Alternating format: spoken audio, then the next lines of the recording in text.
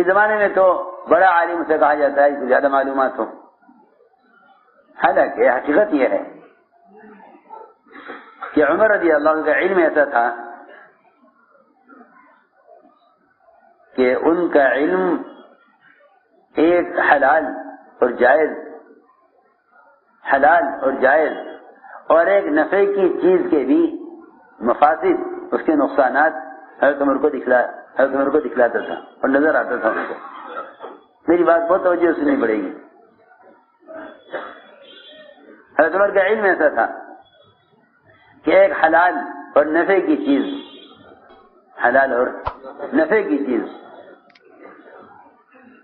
اس کے نقصانات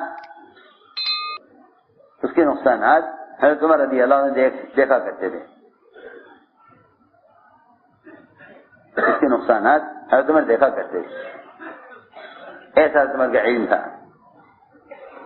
بلکہ یہاں تک فرماتے ہیں کہ اگر تمام اہل زمین کا علم ترازو کے ایک پلڑے میں رکھ دیا جائے، تمام اہل زمین کا، پوری دنیا کے علماء کا علم ایک پلڑے میں رکھا جائے اور صرف حضرت عمر کا علم ایک پلڑے میں ہو تو حضرت عمر کا علم جھک جائے گا اور بھاری پڑ جائے گا حضرت عمر کا علم سارے علماء کے علم کے مقابلے میں۔ ایسے عمر کا علم، ایسا حضرت عمر کا علم۔ کیوں؟ اس لیے کہ ان کا علم اس بات کو واضح کر دیتا تھا، کھول دیتا تھا کہ کیا چیز مناسب ہے، کیا چیز نامناسب ہے۔ 20 سے زیادہ موافقات عمر ہیں جس میں اللہ تعالیٰ نے حضرت عمر کے کہنے کے مطابق، حضرت عمر کی چاہت کے مطابق آسمان سے حکم نازل کیا۔ میں نے عرض کیا نا کہ عمر فاروق صحیح غلط، مناسب نامناسب، مفید اور مضر، نقصان اور نفع دینے والی شکلوں کو تقسیم کرنا، آج کے زمانے میں بھی بات یہی ہے کہ جو آدمی علم کو اللہ کے تعلق کے ذریعے حاصل کرے گا وہ صحیح اور غلط میں تمیز کر سکے گا۔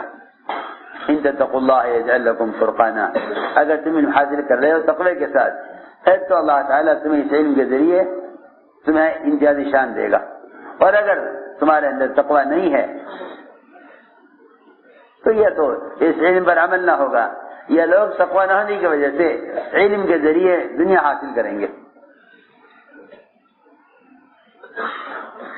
سنو توجہ سے بات، آپ نے فرمایا ہر امت میں ایک ملہم ہوتا ہے جس کو اللہ تعالیٰ کی طرف سے صحیح بات الہام کی جاتی ہے، اور میری امت کا ملہم اور میری امت کا محدث عمر ہے۔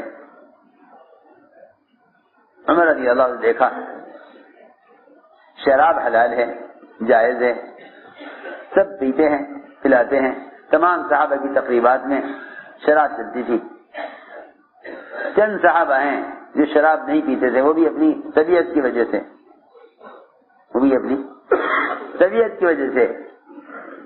لیکن عام طور سے شراب پی جاتی تھی۔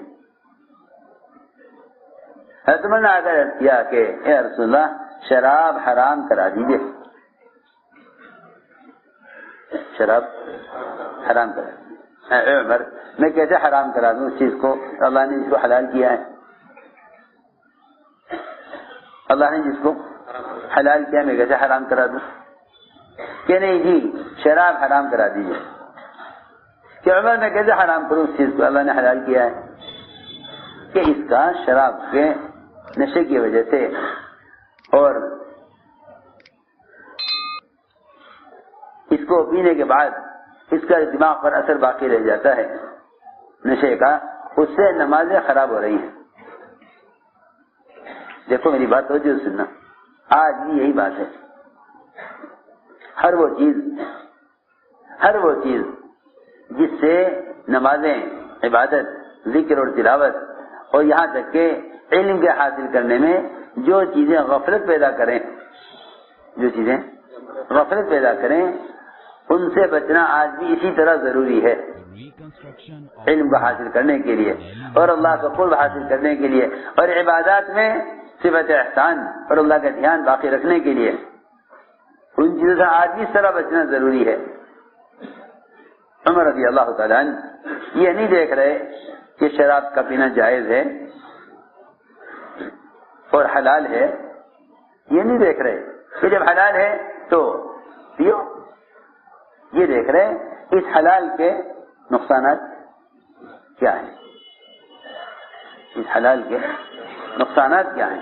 ہمارا حال تو یہ ہے کہ جو علم حاصل کر لیتے ہیں وہ یہ دیکھتے ہیں کہ ایک حرام چیز اس کے فائدے کیا ہیں، ایک حرام چیز کے فائدے کیا ہیں، دلائل تلاش کریں گے، کوشش کریں گے کہیں سے کوئی ایسا راستہ، کوئی ایسی دلیل، کوئی ایسا ثبوت مل جائے جس سے یہ حرام چیز حلال ہو جائے، حرام چیز حلال ہو جائے، تاکہ عام مسلمانوں کو سہولت ہو جائے۔ لوگ سہولت کے لیے نقصان کی چیزوں کو جائز کرنے اور حلال کرنے کی کوشش کریں گے۔ وہاں علم یہ تھا دور صحابہ میں کہ وہ علم سے کہتے تھے کہ وہ ایک حلال چیز کے مفاسد کے نقصانات کو دیکھ کر چاہتے تھے کہ یہ چیز حرام ہو جائے۔ چنانچہ عرض کیا کہ شراب حرام کرا دیجیے، لوگوں کی نمازیں خراب ہو رہی ہیں، آپس میں جھگڑے ہو رہے ہیں، لوگ نشے میں کسی کو کوئی نقصان کر دیتے ہیں۔ ادھر حضرت عمر کی چاہت ہوئی، ادھر آسمان کا حکم آ گیا کہ شراب حرام۔ ایسے ہی پردے کا حکم نازل کرائیے۔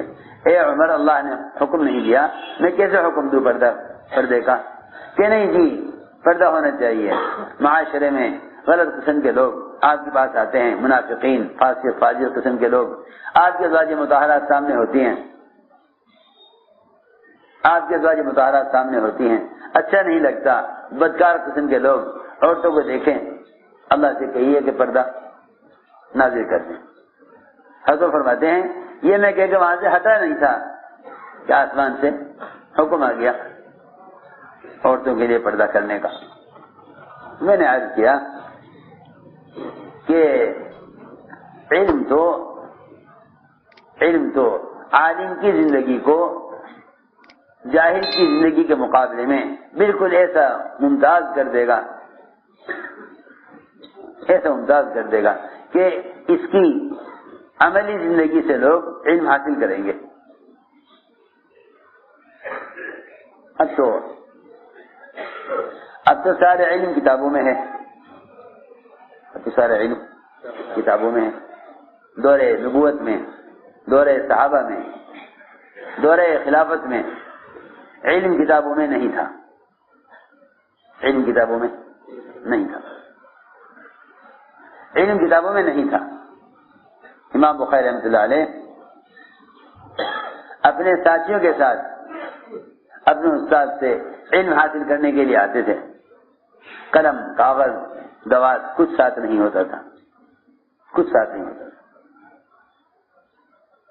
ساری احادیث اپنے استاد سے سنتے اور ایک حدیث کا متن، ایک حدیث کا مضمون، ایک حدیث کا الفاظ اور اس حدیث کی سند کس سے حدیث مروی ہے کچھ نہیں لکھتے تھے،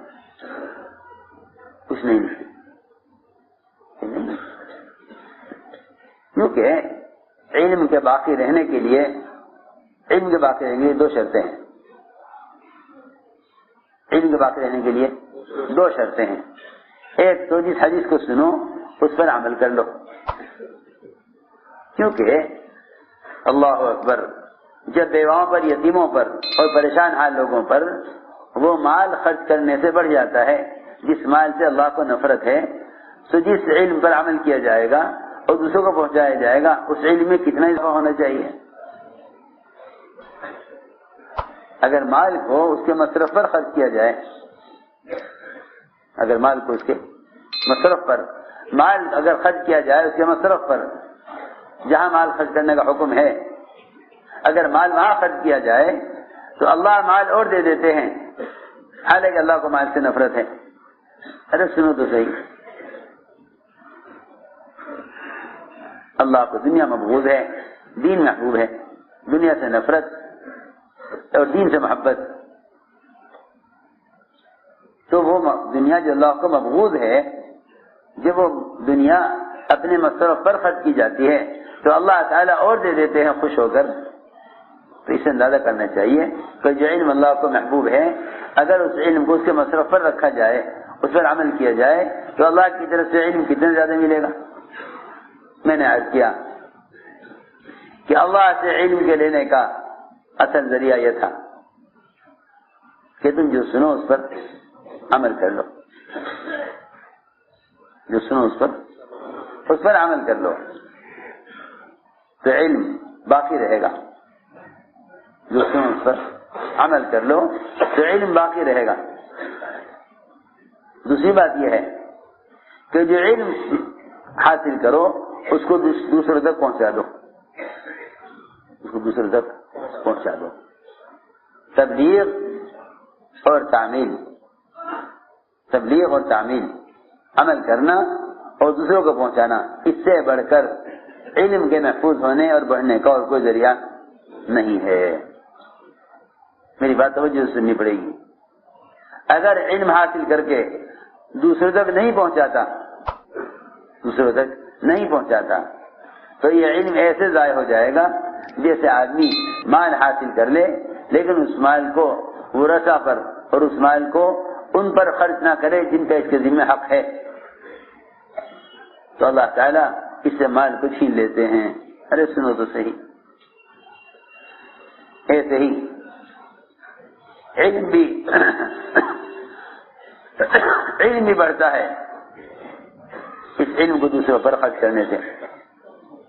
اس لیے کہ جب ورثہ کو مال, جب ورثہ تک مال کو پہنچانے سے مال میں اضافہ ہو سکتا ہے, تو پھر اس علم کو مجھ تک پہنچانے سے اللہ کی طرف سے علم میں کتنا اضافہ ہوگا.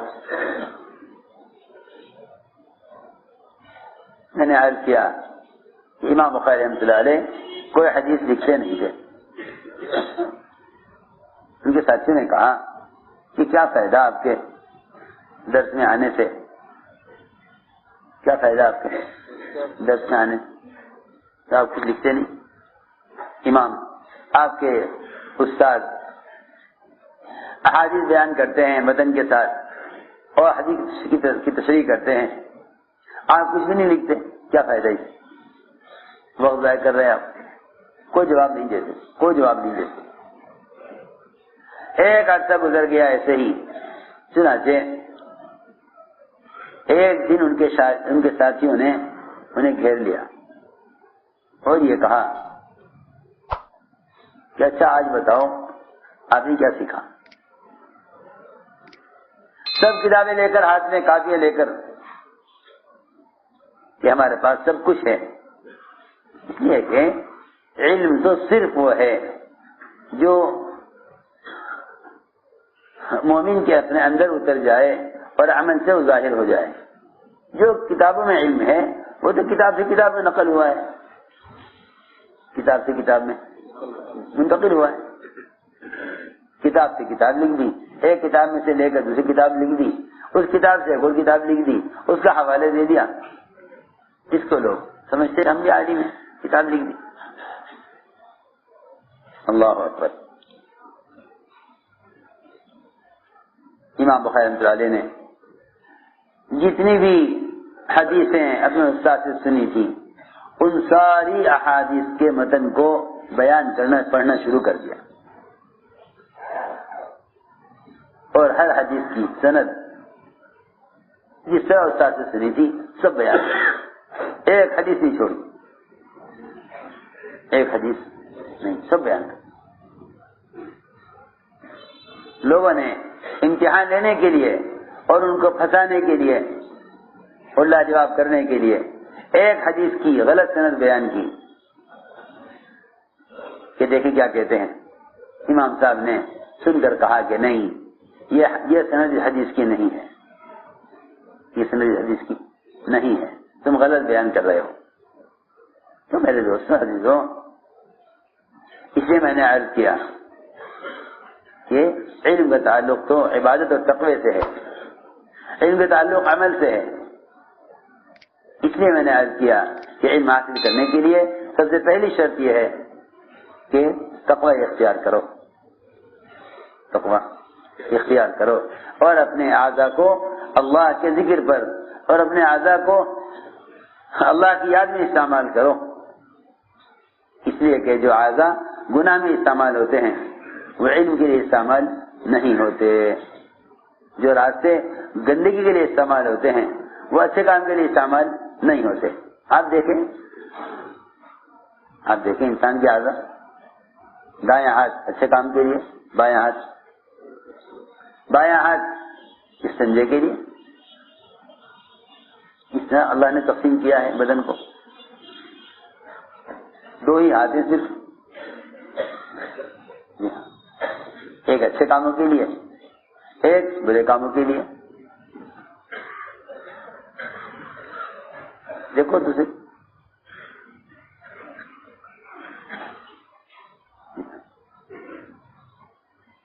جب آنکھ، کان، زبان، یہ تین اعضاء خاص طور پر گناہ کے لیے استعمال ہوتے ہیں تو پھر علم اس راستے سے نہیں آتا، اور یہی تین راستے علم کا حاصل ہونے کے ہیں، دل تک بات پہنچنے کے لیے یہی تین راستے ہیں۔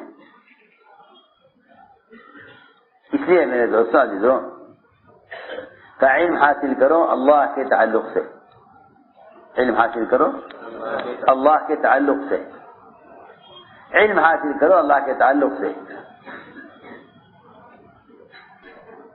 علم حاصل کرو اللہ کے تعلق سے، وہ اعمال کرو جس سے اللہ کا قرب حاصل ہو، وہ اعمال کرو جس سے اللہ کا قرب حاصل ہو۔ اس لیے فرمایا کہ علم دو قسم کا ہے، زبان کا اور دل کا۔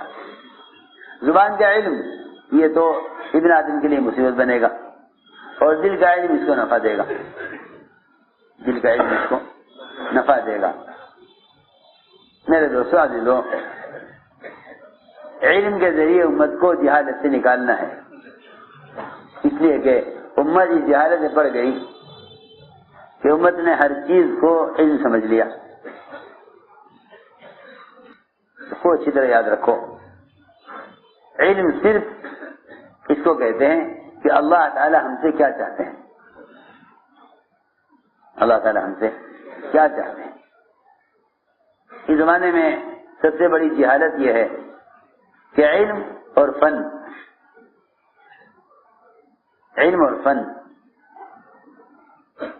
ان دونوں میں اس زمانے کے جاہلوں نے ان دونوں چیزوں کے درمیان فرق ختم کر دیا۔ کہتے ہیں یہ دنیاوی علم ہے، یہ دینی علم ہے۔ ارے سنو تو صحیح، اس زمانے کے جاہلوں نے کوشش کی اور بڑی کوشش کی، مسلمانوں کو دھوکہ دیا کہ اے مسلمانوں، صرف قرآن حدیث علم نہیں ہے،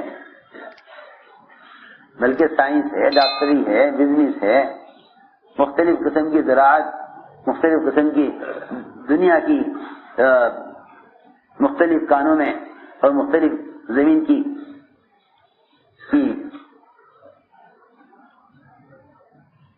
جو ہے سطح میں اتر کر مختلف چیزوں کی ریسرچ اور تحقیقات، یہ سب علم ہے، یہ سب علم ہے۔ سب سے بڑا دھوکہ جو لگا مسلمانوں کو، جس میں غیر کامیاب ہو گئے اور مسلمان بہک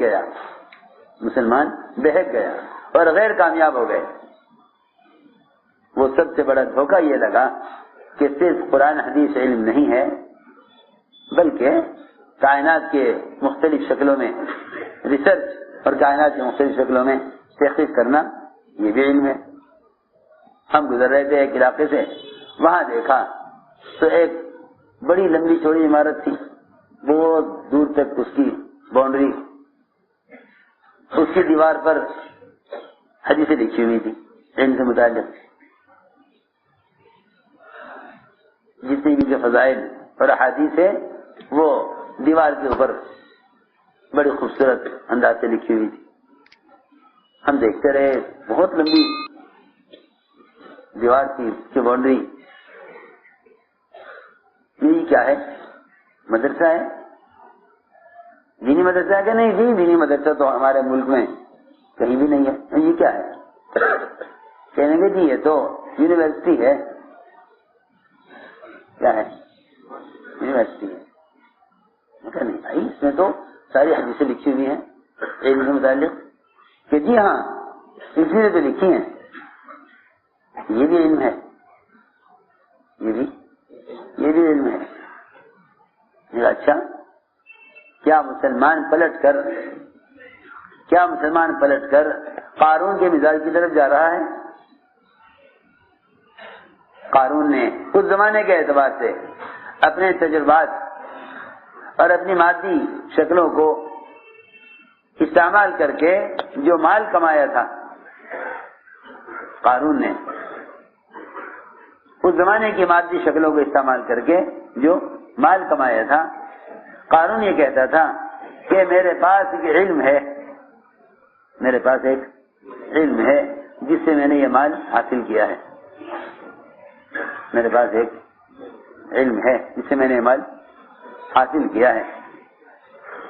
موسیٰ علیہ السلام نے کہا کہ نہیں، علم یہ نہیں، یہ تیرے پاس ہے. علم وہ ہے جو ہم لے کر آئے ہیں اللہ کی طرف سے. تو کھیل رہے، دھیان سے سنو بس. علم ہے جو ہم لے کر آئے اللہ کی طرف سے. میری بات توجہ سننی پڑے گی بہت. یہ جھگڑا ہر زمانے میں کفار اور انبیاء کے درمیان رہا ہے. کفار اور انبیاء علیہ السلام کہتے تھے علم وہ ہے جو ہم لائے ہیں. ابراہیم علیہ السلام نے یہی کہا اپنے بات کو، میں جو علم لے کر آیا ہوں وہ علم آپ کے پاس نہیں ہے، وہ علم آپ کے پاس نہیں ہے. یا ابتی انی قد جاءنی من العلم ما لم یاتک. حالانکہ باپ آزر وزیر تھا، لیکن صاحب کہہ دیا ابراہیم علیہ السلام نے کہ آپ کے پاس جو وزارت کا علم ہے یہ جہل ہے، یہ جہل ہے. لوگ وکالت، وزارت، تجارت، سیاست، سائنس، اس سب کو علم سمجھ کر اور اس خیال سے پڑھتے ہیں کہ دیکھو اللہ ہمیں اس سے بھی اجر دیں گے، اللہ اس سے بھی ہمیں اجر دیں گے. پھر اس کا مطلب یہ ہوا کہ سارے کفار، سارے اعدائے اسلام، ہر زمانے کی قومیں جو اللہ کے غیر کی پوجا میں لگی رہتی تھی، ان سب کے پاس بھی علم تھا، انہیں بھی کامیاب ہونا چاہیے تھا اس علم سے. لیکن ہر نبی نے آ کر اپنی قوم کو یہ سمجھایا کہ علم وہ نہیں ہے جو تمہارے پاس ہے. دنیا کے مختلف چیزوں پر تجربہ کر کے ان سے منافع حاصل کرنا یہ علم نہیں ہے. کیونکہ بہت آسان بات ہے سمجھنا کہ سارا علم صرف قبر کے 3 سوالات سے متعلق ہے. 3 سوال قبر میں ہوں گے، 3 سوال قبر میں ہر ایک سے ہوں گے. رب کون ہے؟ ربوبیت کا علم، اس کو ایمان کہتے ہیں. شریعت کا علم، اس کو دوسرا سوال ہوگا دین کیا ہے؟ دین کا سوال یہ شریعت کا علم ہے. اور تیسرا سوال ہوگا کہ محمد صلی اللہ علیہ وسلم کو پہچانتے ہو یا نہیں. بس یہ اتباع سنت ہے. جو شخص دنیا میں ان 3 چیزوں پر عمل کر کے گیا ہے، قیامت قبر میں وہ جواب صحیح دے دے گا. قبر میں جواب صحیح دے دے گا. اور جو چیز ان 3 سوال سے متعلق نہیں ہے وہ علم نہیں ہے، وہ علم نہیں ہے. بس اس پر فیصلہ کرنا بہت آسان ہے کہ قبر میں نہیں پوچھا جائے گا کہ آپ نے تجارت میں کیا بزنس کیا، آپ نے زراعت میں کتنی زمینیں تیار کی. بالکل نہیں، کیونکہ جو چیز علم نہیں اس کو قبر میں سوال نہیں، جو چیز علم نہیں اس کو قبر میں سوال بھی نہیں. قبر میں سوال صرف علم کے بارے میں ہے، ربوبیت کا علم، شریعت کا علم، سنت کا علم. فرماتے تھے کہ قبر میں زبان یقین پر چلے گی، معلومات پر نہیں چلے گی. قبر میں زبان یقین پر چلے گی، معلومات پر نہیں چلے گی. جتنے بھی اللہ مجھے معاف فرمائے پی ایچ ڈی کر کے جائیں گے نا، یہ بھی کہہ دیں گے ہاں لا ادری، ہم نہیں جانتے. کیوں؟ تم سے دنیا بہت جانتے تھے، خوب بیان کرتے تھے، خوب حوالے دیتے تھے، اب کیوں نہیں جانتے؟ اس لیے کہ قبر میں زبان یقین اور عمل پر چلے گی، یقین اور عمل پر چلے گی.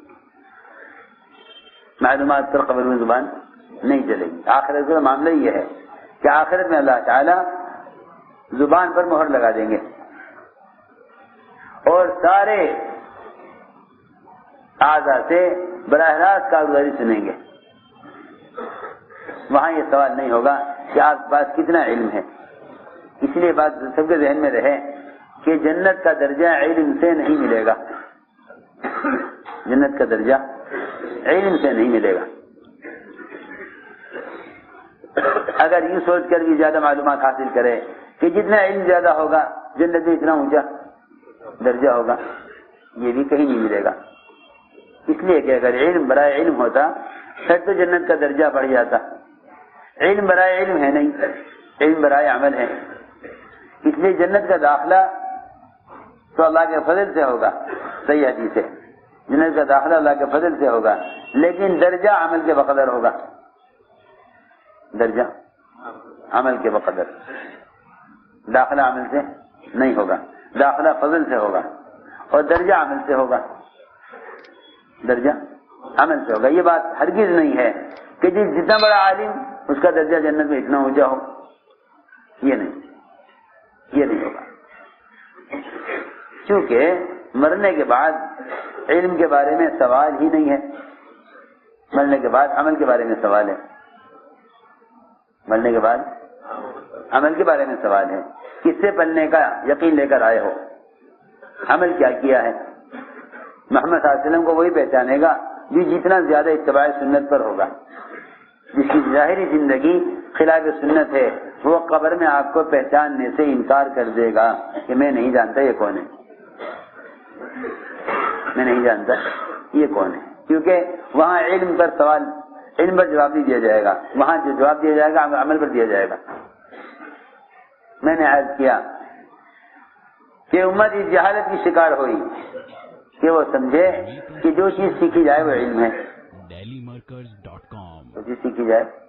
حالانکہ کتنی صاف بات ہے کہ علم صرف وہ ہے جو ہم سے ہمارا رب چاہتا ہے، وہ بھی محمد صلی اللہ علیہ وسلم کے طریقے پر. تو قارون نے یہ کہا کہ میرے پاس ایک علم ہے جس سے میں نے یہ دنیا بنائی ہے اور یہ دنیا جمع کی ہے. ان کے مقابلے میں اللہ نے قرآن میں علماء انہیں کہا جنہوں نے عمل پر ملنے والے اجر کو قارون کی مالیت کے مقابلے میں بہتر کہا. یہاں سے معلوم ہوا کہ علماء کون ہیں، یہاں معلوم ہوا کہ علماء کون ہیں. قرآن کہہ رہا ہے وقال الذین اوتوا العلم، علماء نے کہا کہ عمل پر ملنے والا اجر قارون کی مالیت سے بہتر ہے. کہا ویلکم، ارے ہلاکت ہو تمہاری، اللہ کی طرف سے عمل پر ملنے والا اجر یہ قارون کی مالیت سے کہیں زیادہ بہتر ہے. میرے دوستوں عزیزوں، امت اس جہالت کی شکار ہو چکی کہ وہ قرآن اور حدیث کے علاوہ بھی دنیا کے فنون کو علم کا درجہ، علم کا اجر، علم کا احتساب دنیا کے فنون میں کرنے لگی ہے. ہم سمجھتے تھے وزارت زراعت، تجارت، ڈاکٹری، یہ جتنے بھی دنیا پھیلے ہوئے فنون ہیں اس کا علم سے کوئی تعلق نہیں، یہ سب کا سب جہل ہے، سب کا سب جہل ہے. آپ بتائیے اگر ڈاکٹر کو صرف فاتحہ نہیں آتی تو آپ عالم کہیں گے جاہل کہیں گے. کتنا بھی بڑا فنکار ہو لیکن آپ عالم نہیں کہہ سکتے، اس لیے کہ علم صرف اس بات کی تحقیق کا نام ہے کہ اللہ ہم سے کیا چاہتے ہیں. ایک مرتبہ عمر رضی اللہ تعالیٰ کو خیال ہوا کہ قرآن بھی سمجھ لیا اور آپ جانتے ہیں کہ عمر کا علم، حدیث بھی سمجھ لی، سب سے زیادہ آپ منشا کو پہچاننے والے عمر. خیال یہ ہوا کہ معلوم ہونا چاہیے کہ اللہ تعالی نے موسیٰ علیہ السلام پر کیا علم نازل کیا تھا. موسیٰ علیہ السلام پر کیا علم نازل کیا تھا، یہ خیال آیا. توریت پڑھی، عمل کے لیے نہیں، صرف جاننے کے لیے، معلومات کے لیے، عمل کے لیے نہیں بلکہ صرف جاننے کے لیے، معلومات کے لیے کہ موسیٰ علیہ السلام پر اللہ نے کیا علم نازل کیا تھا. حالانکہ موسیٰ علیہ السلام پر نازل ہونے والا علم علم تھا، توریت مستقل احکام دیے اللہ نے. اس کو حاصل کیا عمر رضی اللہ تعالیٰ عنہ نے. اس کے چند اوراق ہاتھ میں لے کر مسجد میں آئے. میں عمر ہاتھ میں کیا ہے؟ اس کے لیے توریت کا علم ہے، اور ہم نے صرف یہ جاننے کے لیے کہ اللہ نے موسیٰ علیہ السلام پر کیا احکام نازل کیے تھے، صرف معلومات کے لیے ہم نے اس کو پڑھا ہے. اتنا سنتے ہی حضور اکرم صلی اللہ علیہ وسلم کا چہرہ غصے سے آپ کا چہرہ بدل گیا. آپ سیدھے منبر پر گئے، آپ غصے میں تھے. اتنا غصہ تھا آپ میں، اتنا غصہ تھا کہ انصار میں اعلان ہو گیا کہ سب ہتھیار لے چلو، کسی نے اللہ کے نبی کو سخت تکلیف پہنچائی ہے. اعلان ہو گیا انصار میں، ہتھیار لے چلو، ہتھیار لے چلو، ہتھیار لے چلو. بہت بڑی بات پیش آ گئی ہے. کوئی ساری مسجد بھر گئی صحابہ سے، سب صحابہ ہتھیار لے کر مسجد میں جمع ہو گئے. کیا بات ہے، کیا بات ہے، کیا ہوا، کیوں غصہ آیا آپ کو؟ سارا غصہ عمر پر تھا کہ توریت کیوں پڑھی. سارا غصہ عمر پر تھا، توریت کیوں پڑھی.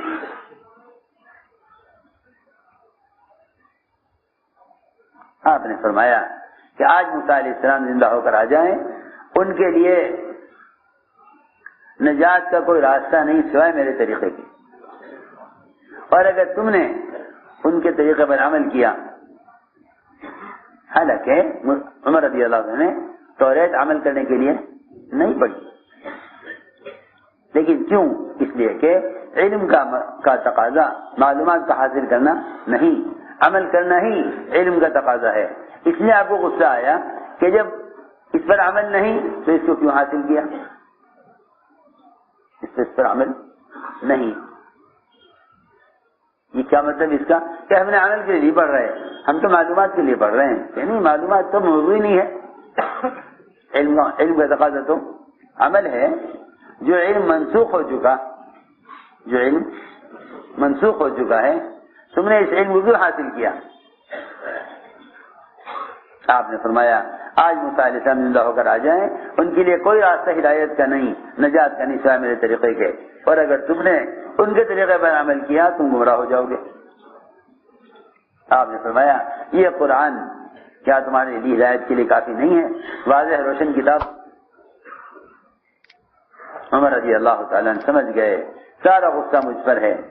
کہا رضیت باللہ ربا والاسلام دینا، کہ میں اللہ کو رب بنا کر اور آپ کے لائے ہوئے طریقے کو اپنا دین اور مذہب بنا کر راضی ہوں. آپ اندازہ کریں جو چیز علم ہے اور موسیٰ علیہ السلام پر نازل کی گئی ہے، اس کو عمر جیسے عالم نے سیکھ لیا. سارا قرآن حدیث کا علم حاصل کرنے کے بعد اس پر اللہ کے نبی کو اتنا غصہ آ رہا. تو جو چیز علم ہی نہیں ہے سرے سے، دنیا کے فنون اور مختلف قسم کے انسانی تجربات، انہیں آدمی حاصل کر کے سمجھے کہ میرے پاس بھی علم ہے اور اللہ کے رسول کے لائے علم سے جاہل رہے تو قیامت میں اللہ کے نبی کو کتنا غصہ آئے گا. جب عمر جیسے عالم پر غصہ آ رہا ہے علم حاصل کرنے کی وجہ سے جو علم موسیٰ علیہ السلام پر نازل کیا گیا, اس سے اندازہ کرنا چاہیے. تو میں نے عرض کیا دوستو, سب سے بنیادی بات یہ ہے کہ علم حاصل کرو, علم حاصل کرو, اس لیے کہ علم سیکھنے سے آتا ہے. کوئی اپنی ماں کے پیٹ سے عالم پیدا نہیں ہوتا, کوئی ماں کے پیٹ